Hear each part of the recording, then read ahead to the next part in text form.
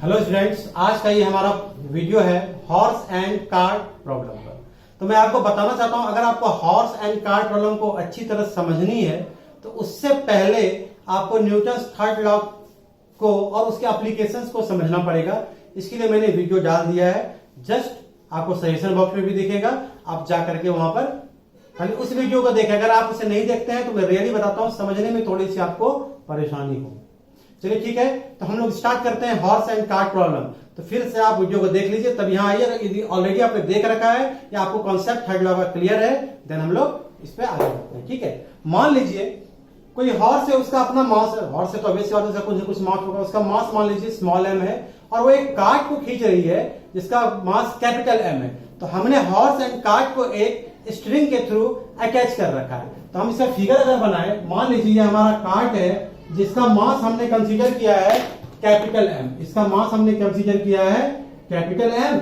इसे एक स्ट्रिंग से बांधा है और स्ट्रिंग से जो हॉर्स लगा हुआ है इसका अपना मास है एम। तो अब मैं बोलेगा हॉर्स का बनाने फिगर तो मैं नहीं बना पाऊंगा फिलहाल, ठीक है, उसके लिए आप प्रैक्टिस कर सकते हैं। तो आप समझ लीजिए ये पॉइंट में ऑब्जेक्ट यही है, हॉर्स की तरह कंसीडर कर रहा है। तो इसका मास हॉर्स जो है, इसका मास है, अपना मास है इसका स्मॉल एम, और ये जो ऑब्जेक्ट इसे खींच रहा है इसका मास है, जिसे हम कार्ट बोलेंगे, इसका अपना मास है which is the capital M. Capital M को ये खींचना है या हॉर्स खींच रही है अपने तरफ। अब देखिए, जब भी आप चलते हैं ऑब्वियस सी बात है कि एक एंगल के साथ, जैसे फ्लोर है तो आप इस एंगल के साथ फोर्स लगाते हो। उसी तरह जब घोड़ा आगे बढ़ेगा तो ऑब्वियस सी बात है ग्राउंड पर वो एक एंगल के साथ फोर्स लगाएगा, और मान लीजिए वो फोर्स है एफ। और जब वो फोर्स लगाएगा तो ऑब्वियस सी बात है कि वहां पर उसे एक रिएक्शनल फोर्स भी मिलेगा। न्यूटन्स थर्ड लॉ कहता है if there is an action there will be opposite equal reaction. तो वही है, अगर मान लीजिए इस एंगल पर वो इधर फोर्स लगा रहा है, ऑब्वियसली उसे इस तरफ एक रिएक्शनल फोर्स मिलेगा। एफ और आर आपस में होगा इक्वल।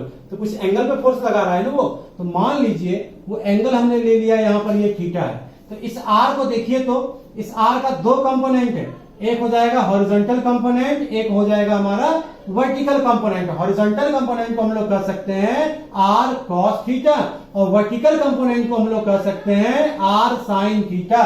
दो कंपोनेंट है यहाँ हमारे पास, R cos theta and R sine theta. तो आर कॉस थीटा के लिए सोचिएगा, आर कॉस थीटा क्या लग रहा है, हॉरिजॉन्टल डायरेक्शन में लग रहा है, horizontal component. R sine theta vertical direction में लग रहा है, वर्टिकल कंपोनेंट। ये जो हॉर्स है इसका मास हमने क्या कंसीडर किया है, इसका मास हमने स्मॉल एम कंसीडर किया है। तो आर साइन थीटा क्या करेगा, इसके वेट को बैलेंस करेगा। इसका जो वेट नीचे की ओर लग रहा है एमजी, एमजी वेट जो हो गया हॉर्स का, इसे बैलेंस कौन करेगा, इसे बैलेंस करेगा आर साइन थीटा।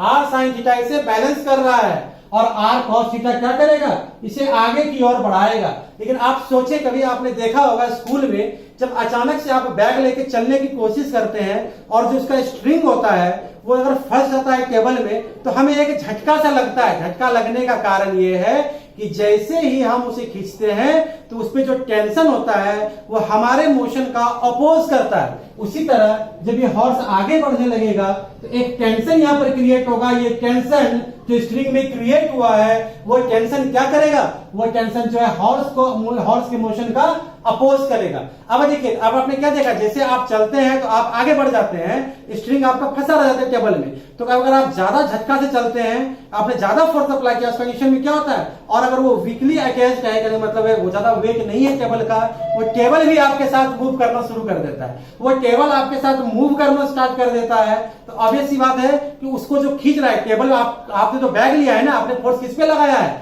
बैक पर लगाया है। लेकिन बैक का जो स्ट्रिंग है वो किस पर फोर्स लगा रहा है, वो लगा रहा है उस टेबल को अपने खींचने की अपनी तरफ कोशिश कर रहा है। मतलब वो जो टेंशन है वही कारण होगा उसके मोशन का।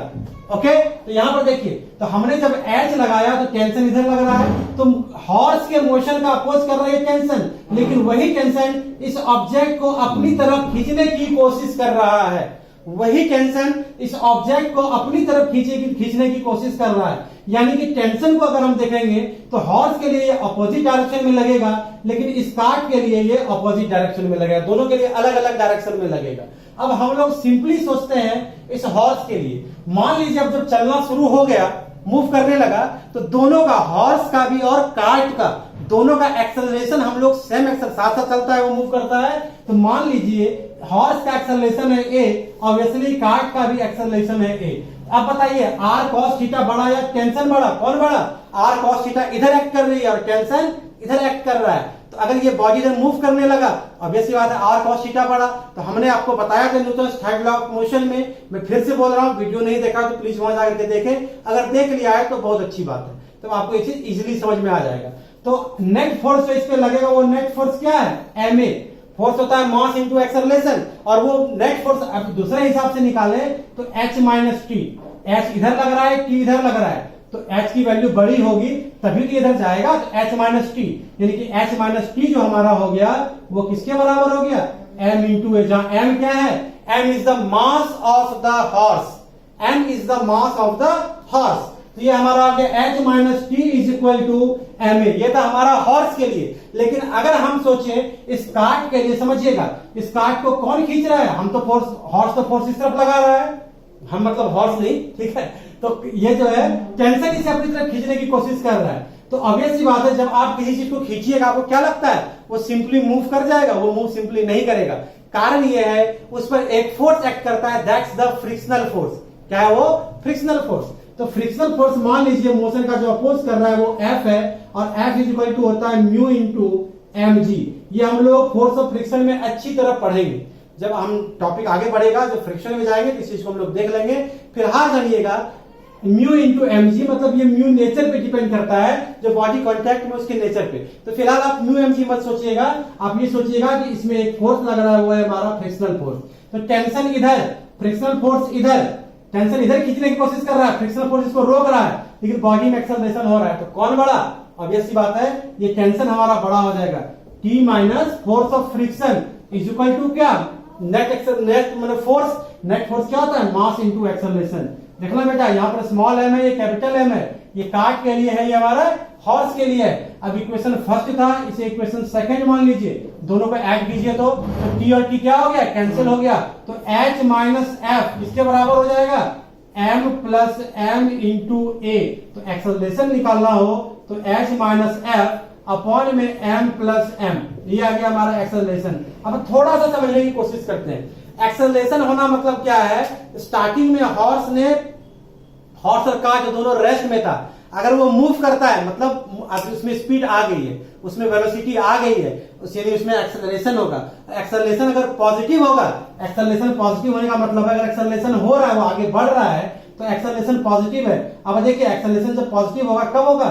जब एच एफ से बड़ा होगा, यानी for positive acceleration, for positive acceleration, यानी पॉजिटिव एक्सेलरेशन को आप ये भी कह सकते हैं when horse starts walking, okay ना, with the cart. In that condition for acceleration H should be greater than F, sorry मैं स्मॉल एफ यहाँ पे हमें स्मॉल एफ यूज किया है, इसे स्मॉल एफ लेते हैं, H should be greater than F. जब एच एफ से बड़ा होगा, ये हॉरिजॉन्टल कंपोनेंट है, मतलब कि R cos theta should be greater than frictional force. ये हमारा कंडीशन है जब हॉर्स कार्ट को खींच पाएगा, ठीक है ना। ये जो हमारा था ये था हॉर्स एंड कार्ट प्रॉब्लम।